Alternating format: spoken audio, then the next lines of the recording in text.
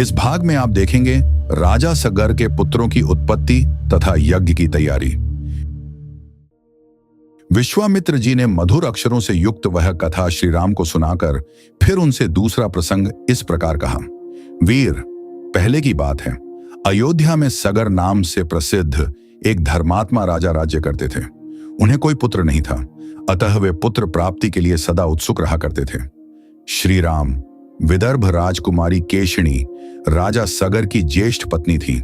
वह बड़ी धर्मात्मा और सत्यवादिनी थी। सगर की दूसरी पत्नी का नाम सुमति था। वह अरिष्टनेमी कश्यप की पुत्री तथा गरुड़ की बहन थी। महाराज सगर अपनी उन दोनों पत्नियों के साथ हिमालय पर्वत पर जाकर भृगुप्रस्त्रवण नामक शिखर पर तपस्या करने लगे। 100 वर्ष पूर्ण होने पर उनकी तपस्या द्वारा प्रसन्न हुए सत्यवादियों में श्रेष्ठ महर्षि भृगु ने राजा सगर को वर दिया। निष्पाप नरेश, तुम्हें बहुत से पुत्रों की प्राप्ति होगी। पुरुष प्रवर, तुम इस संसार में अनुपम कीर्ति प्राप्त करोगे। तात, तुम्हारी एक पत्नी तो एक ही पुत्र को जन्म देगी, जो अपनी वंश परंपरा का विस्तार करने वाला होगा, तथा दूसरी पत्नी 60,000 पुत्रों की जननी होगी।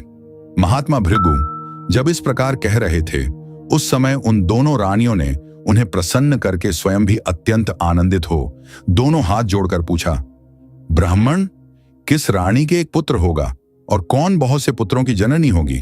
हम दोनों यह सुनना चाहती हैं। आपकी वाणी सत्य हो।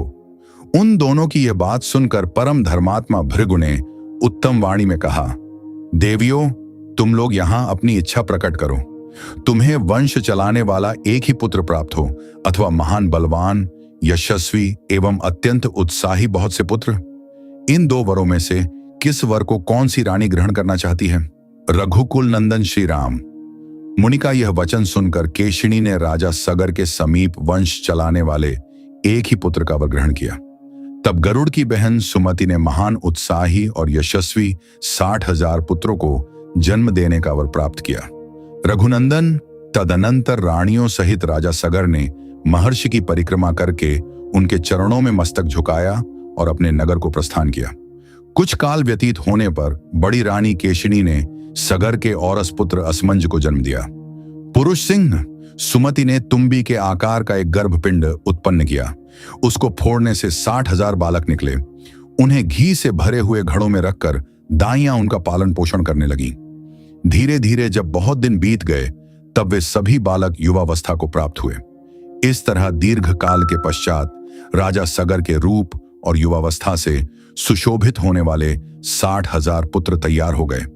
नर श्रेष्ठ रघुनंदन सगर का ज्येष्ठ पुत्र असमंज नगर के बालकों को पकड़कर सरयू के जल में फेंक देता और जब वे डूबने लगते तब उनकी ओर देखकर हंसा करता।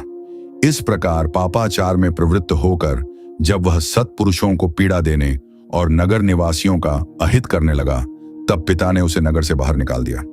असमंज के पुत्र का नाम था अंशुमान। वह बड़ा ही पराक्रमी, सबसे मधुर वचन बोलने वाला तथा सब लोगों को प्रिय था। नरश्रेष्ठ, कुछ काल के अनंतर महाराज सगर के मन में यह निश्चित विचार हुआ कि मैं यज्ञ करूं। यह दृढ़ निश्चय करके वे वेद वेत्ता नरेश अपने उपाध्यायों के साथ यज्ञ करने की तैयारी में लग गए। इस प्रकार श्री वाल्मीकि निर्मित आर्ष रामायण आदि काव्य के बालकांड में 38वां सर्ग पूरा हुआ। जय श्री राम। अगले भाग में आप देखेंगे इंद्र के द्वारा राजा सगर के यज्ञ संबंधी अश्व का अपहरण, सगर पुत्रों द्वारा सारी पृथ्वी का भेदन तथा देवताओं का ब्रह्मा जी को यह सब समाचार बताना।